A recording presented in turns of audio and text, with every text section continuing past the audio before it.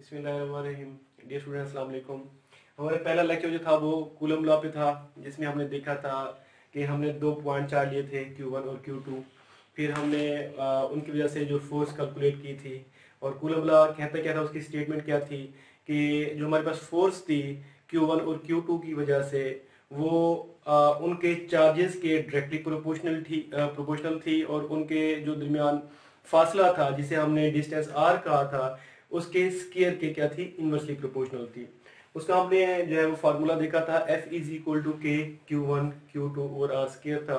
फिर हमने स्टडी किया था के को, कि के क्या चीज़ है। के हमने कहा था कि एक प्रोपोर्शनलिटी कांस्टेंट है और ये डिपेंड करेगा मीडियम पे। फिर हमने इसकी वैल्यू देखी थी, 9 × 10⁻⁹ 9 थी, न्यूटन मीटर स्केयर पर कूलम स्केयर थी इसकी वैल्यू। फिर हमने इसके बाद देखा था कि परमिटिविटी ऑफ स्पेस के की वैल्यू 1/4πε0 भी थी। ε0 क्या था, परमिटिविटी ऑफ फ्री स्पेस था। हमने कहा था कि अगर दो चार्जेस Q1 और Q2 इनके दरमियान कोई मीडियम नहीं है तो परमिटिविटी क्या होगी, ε0 होगी। इसे हम परमिटिविटी ऑफ फ्री स्पेस कहते हैं, और इसकी वैल्यू भी हमने कैलकुलेट की थी, 8.85 × 10⁻12 थी, और इसकी जो यूनिट थे वो इनवर्स थे किसके, के।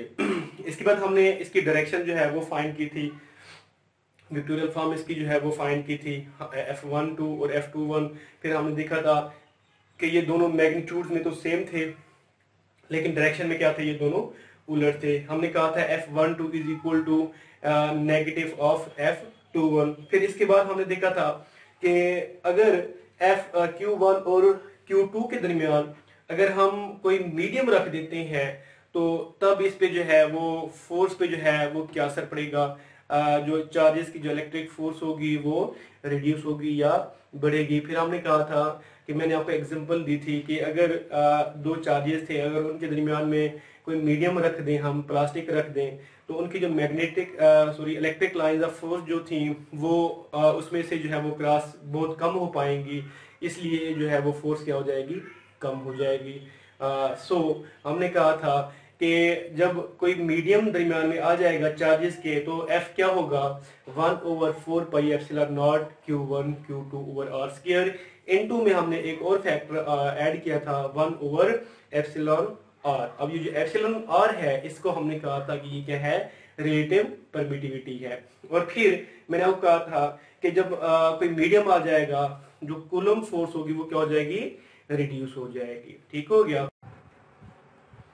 हमारा आज जो टॉपिक है वो है फील्ड ऑफ फोर्सेस। वैसे फोर्सेस कई किस्म की है, लेकिन जो कि हम इलेक्ट्रोस्टैटिक को पढ़ रहे हैं तो सिर्फ हम यहाँ पे जो है वो अभी इलेक्ट्रिक फील्ड को ही डिस्कस करेंगे।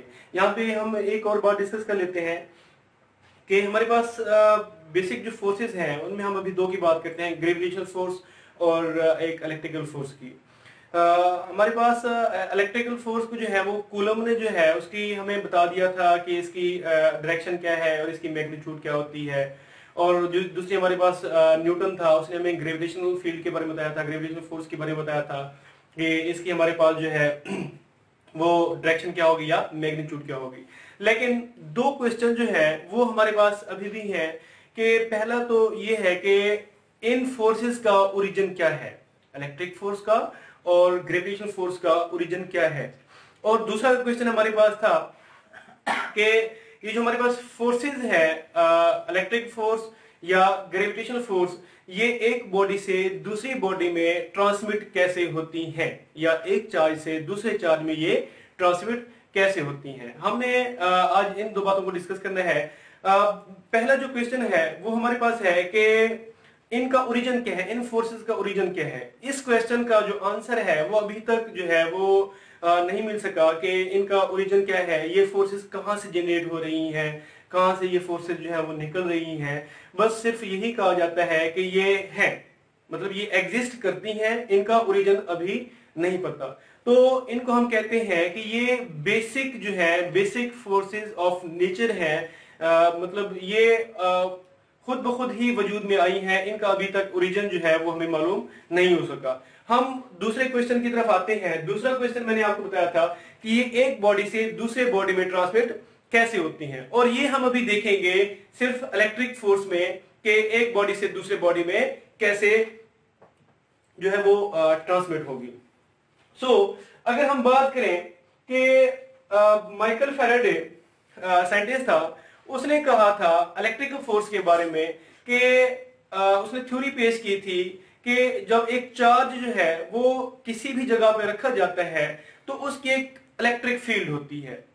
उसने इस थ्योरी को इलेक्ट्रिक फील्ड थ्योरी का नाम दिया था। उसने ये कहा था कि जब हम चार्ज किसी भी सरफेस में रखेंगे, मैं लेट्स सपोज ये पॉजिटिव चार्ज है, मैं इसको यहां पे रखता हूं, तो इसकी एक जो है वो फील्ड होगी, एक रीजन होगा, एक स्पेस होगी जहां पे जो है वो एक्ट कर रहा होगा। ये लेट्स सपोज ये जो पॉजिटिव क्यू है, इसकी फील्ड जो है वो ये है कि यहां तक ये अपने सराउंडिंग में जो है ये इफेक्ट कर रहा है। अब हम इसे टेस्ट कैसे करते हैं कि आया कि ये इसकी फील्ड कहां तक है। ये हमें पता है कि इसकी फील्ड है, हमें पता है कि इसकी एग्जिस्टेंस है, लेकिन अब नेक्स्ट हमारे पास क्वेश्चन है कि इसे हम टेस्ट कैसे करते हैं। इसको टेस्ट करने के लिए जो है वो हमें एक टेस्ट चार्ज चाहिए होता है। अब टेस्ट चार्ज क्या होता है, जिसे हम कहते हैं ये पॉइंट चार्ज भी है। पॉइंट चार्ज की जो है वो प्रॉपर्टीज सुन लें कि पॉइंट चार्ज कैसा होना चाहिए। ये पॉइंट चार्ज, इसका मैस, इसका साइज और इसका चार्ज, तीन चीजें, ये हमारे पास तीन चीजें हैं, मैस, साइज और चार्ज। ये तीन चीजें हमारे पास क्या होनी चाहिए, निग्लिजिबल होनी चाहिए। ऐसा क्यों होना चाहिए कि ये तीन चीजें निग्लिजिबल हो। देखिए जरा, अगर मैं यहां पे कोई एक चार्ज लेता हूं इसको कैलकुलेट करने के लिए जो इसकी जिसामत से बड़ा है, पॉजिटिव क्यू, मैं एक बड़ा चार्ज लेता हूं, अब इसकी फील्ड ज्यादा होगी इससे, ये चार्ज क्या कर देगा, इसको डिस्टर्ब कर देगा। ये पॉजिटिव ये क्या कर देगा, इसे रिपेल कर देगा। तो जो हम काम कर रहे हैं, जो हम कैलकुलेट कर रहे थे, वो हम काम नहीं कर पाएंगे। इसका चार्ज, इसका साइज और इसका जो मैस है वो हमारे पास क्या होना चाहिए, निग्लिजिबल होना चाहिए, तब जाके जो है वो हम इसको कैलकुलेट कर पाएंगे। नेक्स्ट हम चलते हैं कि इलेक्ट्रिक फोर्स जो है वो हम कैलकुलेट कैसे करेंगे।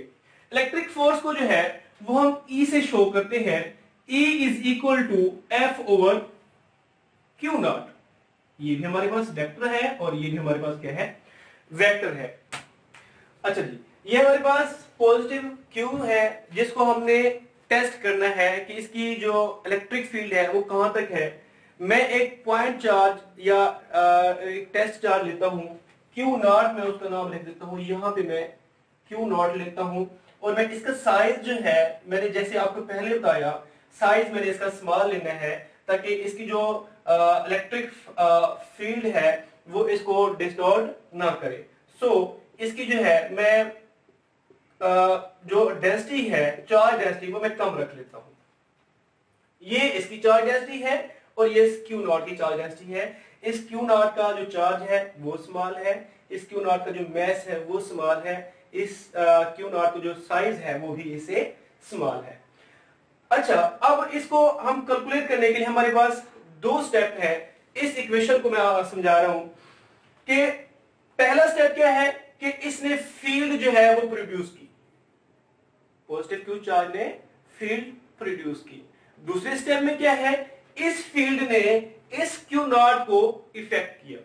तो हमारे पास इक्वेशन क्या बनेगी, E is equal to F over Q nought. ये जो F फोर्स है ये इस फील्ड की वजह से जो प्रोड्यूस होगी वो F है हमारे पास। ये चार्ज जो Q नॉट है हमारे पास, ये हमारे पास टेस्ट चार्ज आ जाएगा। E is equal to F over हमारे पास क्या आ जाएगा, Q नॉट। अगर हम इसका जो है वो यूनिट देखें तो हमारे पास E is equal to F over Q nought. F का हमारे पास न्यूटन होगा और Q का क्या होगा, कूलम। न्यूटन पर कूलम जो है हमारा इसका, हमारे पास इसका यूनिट आ जाएगा।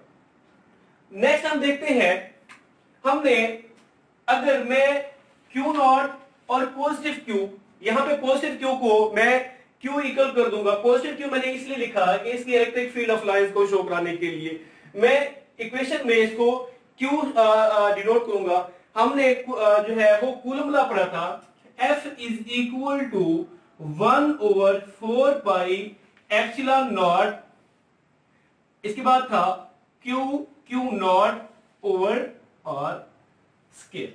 ये हमारे पास क्या था, कूलम लॉ था, F is equal to 1 over 4 pi epsilon nought Q nought over R square.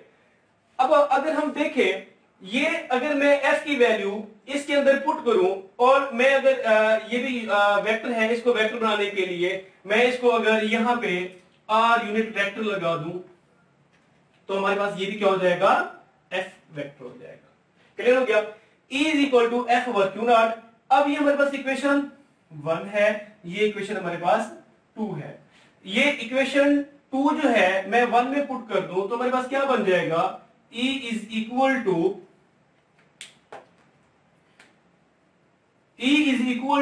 हमारे पास F की वैल्यू क्या है, 1 over 4 pi epsilon nought Q nought over R square.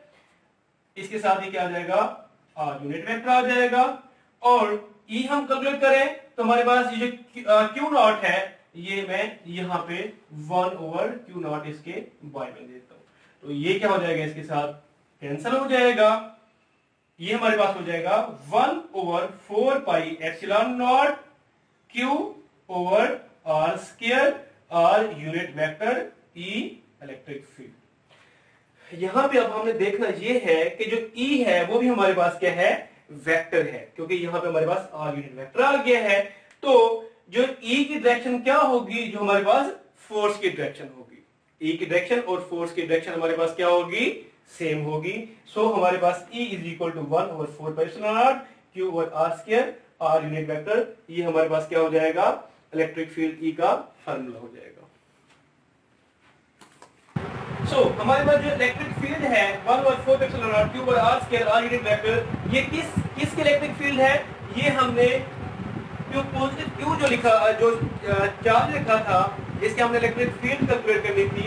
इस इलेक्ट्रिक फील्ड की, इस चार्ज की जो हमारे पास इलेक्ट्रिक फील्ड है, और ये हमने कैलकुलेट कैसे की, इस टेस्ट चार्ज Q नॉट की वजह से। आज का लेक्चर हमारा यहाँ तक था। टेक केयर, अल्लाह हाफिज।